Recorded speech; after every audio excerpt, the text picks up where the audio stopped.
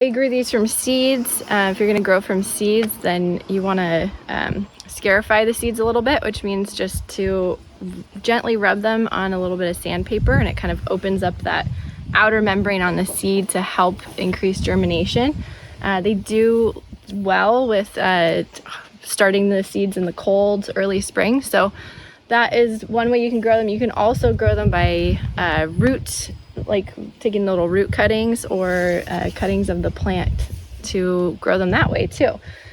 Marshmallow really, Sage has been talking about the moist property. This plant does really well in moist environments. So we were in, this whole area was flooded this winter and it was sitting in standing water for months, and it did really well. So it can handle swampy, boggy environments, but it also does well in full sun like this. So you don't have to have a super boggy area. It just likes to be moist. As everything about this plant is that moisture.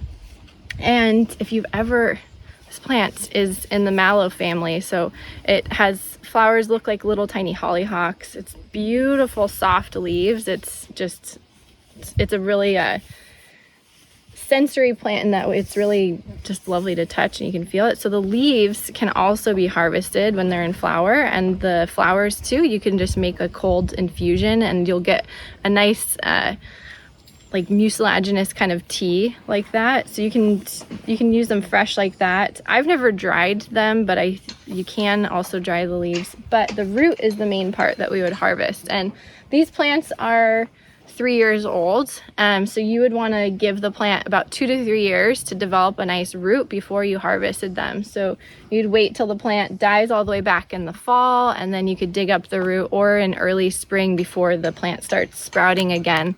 And you would want to cut up the roots, and if you're going to preserve them, you'd want to dry them. So you'd probably want to put them in a dehydrator so they actually get dried out, because this plant is so mucilaginous and so moist, it's gonna need help, warm conditions to dry out. And then you can also you make an infusion of the fresh roots if you wanted, but to preserve it, if you're gonna dry it and have some dried roots cut up for later on, you can just make a cold infusion. So that means, an infusion usually would be pouring hot water over herbs to make a tea. Well, this plant does really well just with cold water.